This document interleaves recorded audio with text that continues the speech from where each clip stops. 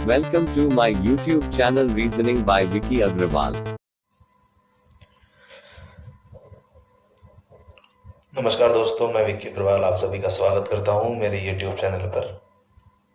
आज हम बात करेंगे कैलेंडर की। कैलेंडर रीजनिंग का एक बहुत ही बेहतरीन चैप्टर माना जाता है और आमतौर पर विद्यार्थियों को यहाँ इस टॉपिक के अंदर क्वेश्चन सॉल्व करने में दिक्कतें भी आती है। तो सबसे पहले हम अभी जो चर्चा करेंगे कैलेंडर के अंदर, वो चर्चा करेंगे सबसे पहले वर्षों के बारे में। जैसा कि आप लोग सभी जानते हैं कि वर्ष जो है वो दो प्रकार के होते हैं। एक तो होता है साधारण वर्ष और एक होता है लीप वर्ष। ठीक है, तो यहीं से शुरुआत करते हैं। तो जैसा कि अभी हमने कहा कि वर्ष कितने प्रकार के होते हैं? दो प्रकार के। सबसे पहला क्या कहा जाता है? साधारण वर्ष, और नंबर 2 जिसे कहते हैं हम लीप वर्ष। तो साधारण वर्ष और लीप वर्ष। अब बात ये आती है कि साधारण वर्ष किसे कहते हैं कि लीप वर्ष किसे कहते हैं, या साधारण और लीप वर्ष में क्या क्या समानता है, क्या क्या अंतर पाए जाते हैं। तो देखिए, समानता की बात तो ये है कि प्रत्येक वर्ष चाहे कोई भी हो, उस वर्ष के अंदर दिनों की संख्या की बात को अगर हम करें तो प्रत्येक वर्ष चाहे जो कोई भी वर्ष हो, प्रत्येक वर्ष में महीने कितने होते हैं? 12 होते हैं। कितने होते हैं? 12। तो ये तो इनमें समानताएं हैं। लेकिन अगर भिन्नता की बात करें, हमें ये जानकारी लेनी है कि साधारण वर्ष किसे कहते हैं कि लीप वर्ष किसे कहते हैं। तो देखिए, साधारण और लीप वर्ष के बारे में जानने के लिए हम इन्हें 3 भागों में डिवाइड करेंगे, और वो कौन कौन से होंगे? सबसे पहला होगा दिनों की संख्या। किसकी हम बात कर रहे हैं? दिनों की संख्या। सेकंड जो हम बात करेंगे वो बात करेंगे कि फरवरी का महीना, और इसके बाद जो हम तीसरी बात करेंगे वो तीसरी बात करेंगे कि भैया 4 का भाग जाएगा कि नहीं जाएगा। ठीक है, तो साधारण वर्ष किसे कहते हैं कि वह वर्ष जिसमें दिनों की संख्या हो 365। कितनी हो? 365। तथा इस साल में फरवरी का महीना जो है वो कितने दिन का हो? 28 दिन का। कितने दिन का? 28 दिन का। और वह वर्ष जिसमें 4 का भाग नहीं जाना चाहिए। ठीक है, इसी प्रकार से लीप वर्ष जो है उसमें दिन कितने? 366। फरवरी कितने दिन की? 29 दिन की। और इस साल के अंदर 4 का पूरा पूरा भाग जाना चाहिए। अब ये इसकी परिभाषा भी है तो इसका अंतर भी है। कैसे? कि वह वर्ष जिसमें दिनों की संख्या 365 हो, फरवरी का महीना 28 का हो और 4 का भाग नहीं जाता हो, क्या कहलाएगा? साधारण वर्ष। एक ऐसा वर्ष जिसमें दिनों की संख्या 366 हो, फरवरी का महीना 29 दिन का हो तथा 4 का पूरा पूरा भाग चला जाता हो, क्या कहलाएगा? लीप वर्ष। अब यहाँ पर अंतर भी दिख रहा है। 365, 366, 28, 29 भाग नहीं जाता है, पूरा पूरा भाग जाता है। अब बात ये आती है कि अगर इसको हम थोड़ा सा और डीपली पढ़ें तो हमेशा एक बात का ध्यान रखिएगा, क्या कि साधारण वर्ष भी 2 प्रकार के होते हैं, तो लीप वर्ष भी 2 प्रकार के होते हैं। साधारण वर्ष भी कितने प्रकार के? 2। तो लीप वर्ष भी कितने प्रकार के? 2। कैसे? हमने कहा साधारण वर्ष कितने टाइप के होते हैं? 2 टाइप के। पहला, जिसे आप ऐसे की ऐसे कह सकते हैं साधारण वर्ष, और नंबर 2 जिसे आप कहेंगे भाई साधारण शताब्दी वर्ष। क्या कहेंगे? साधारण शताब्दी वर्ष। इसी प्रकार से लीप वर्ष जो है वो भी वही 2 प्रकार के होते हैं।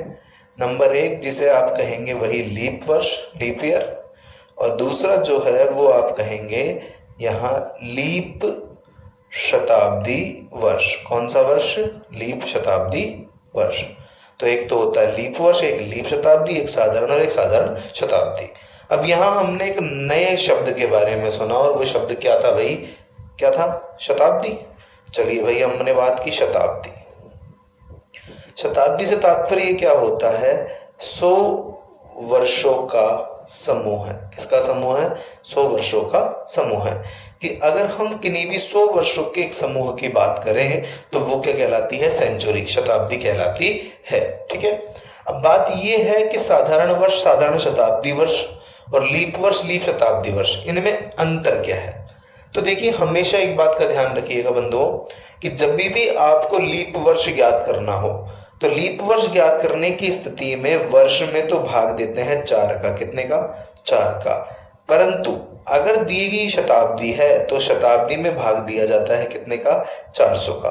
तो हमेशा ध्यान रखना कि वह वर्ष जिसमें 4 का भाग ना जाए साधारण, वह वर्ष जिसमें 4 का भाग चले जाए लीप, वह शताब्दी जिसमें 400 का भाग ना जाए साधारण शताब्दी, तथा वह शताब्दी जिसमें 400 का पूरा पूरा भाग चले जाए लीप शताब्दी कहलाती है। ठीक है, तो वर्ष में 4 का और शताब्दी में 400 का। तो देखिए भाई 4/400 का भाग नहीं जाना चाहिए और यहाँ 4/400 का पूरा पूरा भाग जाना चाहिए। तो साधारण वर्ष कौन सा होगा, जिसमें 4 का भाग नहीं जाएगा। साधारण शताब्दी कौन सी होगी, जिसमें 400 का भाग नहीं जाएगा।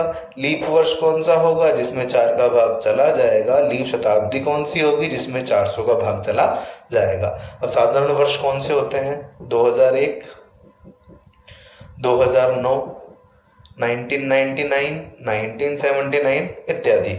ये जितने भी हैं ये क्या है आपके सिंपल ईयर। क्यों, क्योंकि यहाँ पर इनमें किसी में भी 4 का भाग नहीं जाता है। ठीक है, साधारण शताब्दी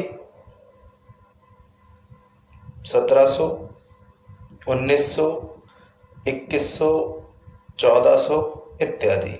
ठीक है, ये वे शताब्दियां हैं, शताब्दी का मतलब 100 वर्षों का समूह है, यह ध्यान रखिएगा, जिनके अंत में 2 जीरो होनी चाहिए। ये वे शताब्दियां हैं जिनमें 400 का भाग देने पर 400 का भाग नहीं जाएगा। ओके, इसके बाद बात करें लीप वर्ष कि वे वर्ष जिनमें 4 का भाग चले जाए, जैसे 2004, 2016, 2020, 1992, 1984 इत्यादि, 1984 आदि। ये सारे के सारे वे वर्ष हैं जिनमें 4 का पूर्णतः पूरा भाग चला जाता है। लीप शताब्दी वे शताब्दियां जिनमें 400 का भाग जाना चाहिए। कौन कौन सी होगी भाई, 1200 होगी, 1600 होगी, 2000 होगी और 2400 होगी। ठीक है, इसी तरीके से आगे तक कोई भी हो सकती है वे शताब्दियां जिनमें 400 का पूर्णतः पूरा भाग जाना चाहिए। तो हमेशा ध्यान रखिएगा कि किसी भी स्थिति में लगातार 100 वर्षों के समूह को शताब्दी वर्ष कहा जाता है और लगातार 400 वर्षों के समूह को एक लीप शताब्दी वर्ष कहते हैं। अब बात यह आती कि सर 4 और 400 का भाग क्यों दिया।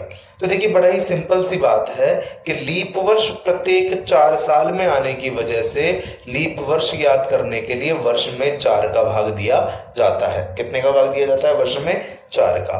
परंतु लीप शताब्दी प्रत्येक 400 साल में आने की वजह से ही प्रत्येक शताब्दी में 400 का भाग देके ज्ञात किया जाता है कि वह वर्ष शताब्दी लीप वर्ष है या नहीं है। ठीक है, तो ध्यान रखिएगा कि वह वर्ष जिसमें 4 का भाग ना जाए साधारण, 4 का भाग चले जाए लीप, 400 का भाग ना जाए साधारण शताब्दी, तो 400 का भाग चले जाए तो लीप शताब्दी कहलाती है। ठीक है, अब आप लोग समझ गए होंगे मेरे ख्याल से। किसी को यहां तक कोई दिक्कत हो तो एक बार दोबारा रिवाइंड करके देख लीजिएगा इसे। ठीक है, तो ध्यान रखिएगा वर्ष 2 प्रकार के होते हैं, साधारण और लीप। दिनों की संख्या 365, 28 दिन, 4 का भाग नहीं जाता। दिनों की संख्या 366, 29 दिन और 4 का पूरा भाग जाता है। आगे चलते हैं थोड़ा सा। अब यहाँ पर एक प्रश्न जो बना, वो प्रश्न क्या बना देखिए। अब हम बात करेंगे केवल सिंपली साधारण और लीप वर्ष से संबंधित कुछ प्रश्नों की। ठीक है,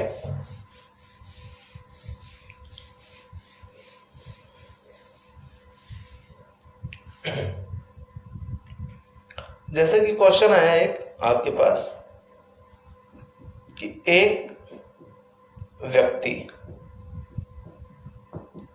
जिसका जन्म 29 फरवरी 1896 को हुआ, तो बताइए वह अपना प्रथम जन्म दिवस कितने वर्ष बाद मनाएगा। क्या कह रहे हैं, कि एक व्यक्ति जिसका जन्म 29 फरवरी 1896 को हुआ, तो बताइए वह अपना प्रथम जन्म दिवस कितने वर्ष बाद मनाएगा। अब आमतौर पर यहाँ पर हमारे जो आंसर्स हैं वो अलग अलग आते हैं। कुछ स्टूडेंट्स कहते हैं कि सर जन्मदिन तो हर साल मनाते हैं, तो भाई अगले साल ही मना लेगा तो 1 साल लगेंगे। कुछ कहते हैं नहीं सर ये तो 29 फेब है, तो यहाँ पर तो 29 फेब जो है वो प्रत्येक 4 साल में आती है, तो 4 साल। और भी भिन्न भिन्न उत्तर हो सकते हैं, जितने दिमाग उतने उत्तर, ठीक है। वो कहते हैं हिसाब अपना अपना, ठीक है, जिसके हिसाब से जो है वो। चलिए अब देखिए इस प्रश्न की यदि हम बात करें तो इस प्रश्न के एक्चुअल जो आंसर है वो क्या है। ऑप्शंस जो आते हैं वो आते हैं ए 1 साल, बी 4 साल, सी इनमें से कोई नहीं, और डी निर्धारित नहीं किया कर सकते। अब कुछ स्टूडेंट सोच रहे होंगे कि सर सी और डी तो सेम है। देखिए सी और डी सेम नहीं है। दो चीजें होती हैं, एक तो होता है इनमें से कोई नहीं, जिसे हम कहते हैं नन ऑफ दीज, कि आपका जो उत्तर है वो दिए गए दोनों विकल्पों में से कोई सा भी नहीं है। यानी हमारे पास उत्तर है लेकिन हमारा उत्तर दिए गए विकल्पों में मौजूद नहीं है, ठीक है। कि जैसे मान लीजिए कि मैं आपसे कहूं कि राम के पिता का नाम क्या है। अब मान लीजिए राम के पिता का नाम क्या है, तो हमारे पास उत्तर है दशरथ, उत्तर है, लेकिन आपके पास जो ऑप्शन दिए गए हैं उसमें दशरथ नहीं है, तो आप उत्तर क्या देंगे, इनमें से कोई नहीं, क्योंकि हमारे पास उत्तर था। लेकिन मान लीजिए कि आपको पता ही नहीं है, कि हमें पता ही नहीं है राम का पिता कौन था, तो उस स्थिति में जब हमें प्रश्न का उत्तर ज्ञात नहीं हो या उत्तर हम नहीं ज्ञात कर पा रहे हैं, तो उस स्थिति में क्या उत्तर देते हैं, निर्धारित नहीं किया जा सकता। उत्तर है विकल्प में नहीं है, इनमें से कोई नहीं, उत्तर ही नहीं है तो निर्धारित नहीं किया जा सकता, ठीक है। जिसे हम कहते हैं डाटा इनसफिशिएंट, ठीक है, आंकड़े अपर्याप्त है। अब देखिए कुछ के दिमाग में 1 साल, कुछ के दिमाग में 4 साल। अब अगर बात करें तो इसका जो उत्तर है वो आएगा सी, इनमें से कोई नहीं, ठीक है। अब इनमें से कोई नहीं क्यों, क्योंकि भाई इसका जो उत्तर है वो आएगा आपके पास 8 साल। कितना आएगा, 8 साल, पूरे 8 साल लगेंगे उसे अपना पहला जन्मदिवस मनाने में। क्यों, देखिए 29/2/1896। अब हमने कहा कि लीप ईयर प्रत्येक 4 साल में एक बार आता है, तो हमने यहां पर एक्सटेंड किया कितना, 4 ईयर, तो 29/2/1900 ऐसा कुछ होना चाहिए। लेकिन जैसे ही ये डेट मैंने यहां लिखी तो मेरे दिमाग में एक बात आई कि मैं इसे चेक करता हूं, देखा कैलेंडर में ऐसी तारीख होती है कि नहीं होती, और कैलेंडर खोलने पर पता चला कि 29 फरवरी 1900 नाम की कोई तारीख जो है वो मौजूद ही नहीं है। तो इसे हम क्या कहेंगे, this is not a valid date, कि ये कोई मान्य तारीख नहीं है। क्यों नहीं है मान्य तारीख, क्योंकि 1900 जिसे आप कहते हैं बेटा साधारण शताब्दी वर्ष। अब मैंने कहा क्या कहते हैं इसको, साधारण शताब्दी, और साधारण शताब्दी वो होती है जिसमें 400 का भाग नहीं जाता, और साधारण शताब्दी का मतलब है कि वह वर्ष जिसमें फरवरी का महीना कितने दिन का होता है, 28 का। लेकिन हमें तारीख कितनी चाहिए थी, 29, तो 1900 में हमारा काम हुआ नहीं हुआ, हमें फिर कितना वेट करना पड़ेगा, 4 ईयर, 1904 to 29, तो 29 फेब 1904, यानी 29 फरवरी 1904। 1904 है, लीप ईयर है, बिल्कुल है, तो इसमें 29 तारीख आएगी, बिल्कुल आएगी। तो यहाँ पर 4 इन दोनों को मिलाया तो कितना, 8, तो कितने साल हो गए, 8 साल। तो आपका जो आंसर है वो क्या आएगा कि वह व्यक्ति अपना प्रथम जन्म दिवस 8 साल बाद 1904 में मनाएगा, ठीक है। ये देखिए इस तरीके के जो क्वेश्चन है आमतौर पर पूछ लिए जाते हैं, तो हमें कम से कम नॉलेज होनी चाहिए सिंपल ईयर यानी साधारण और लीप वर्ष के बारे में। ये क्वेश्चन इसलिए भी इंपॉर्टेंट है कि ये जो मैंने डेट ऑफ बर्थ लिखी है आपके सामने, ये हमारे भारत के चौथे प्रधानमंत्री मोरारजी देसाई का डेट ऑफ बर्थ है, जिनका जन्म 29 फरवरी 1896 को हुआ, ठीक है। और एक दो प्रश्नों की बात करते हैं साधारण और लीप वर्ष के बारे में, देखिएगा।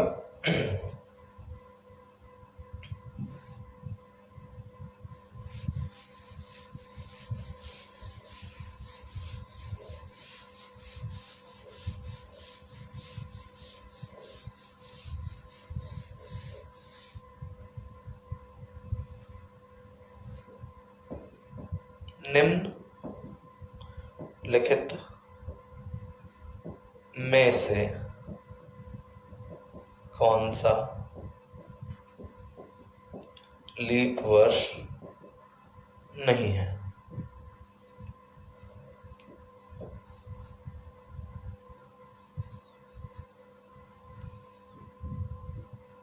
उन्नीस सौ 99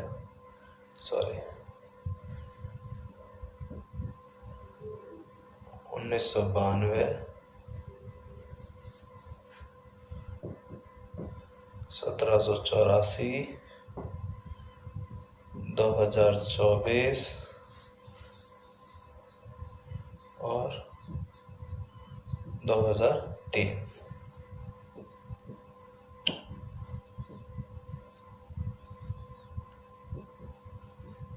अठारह सौ 1794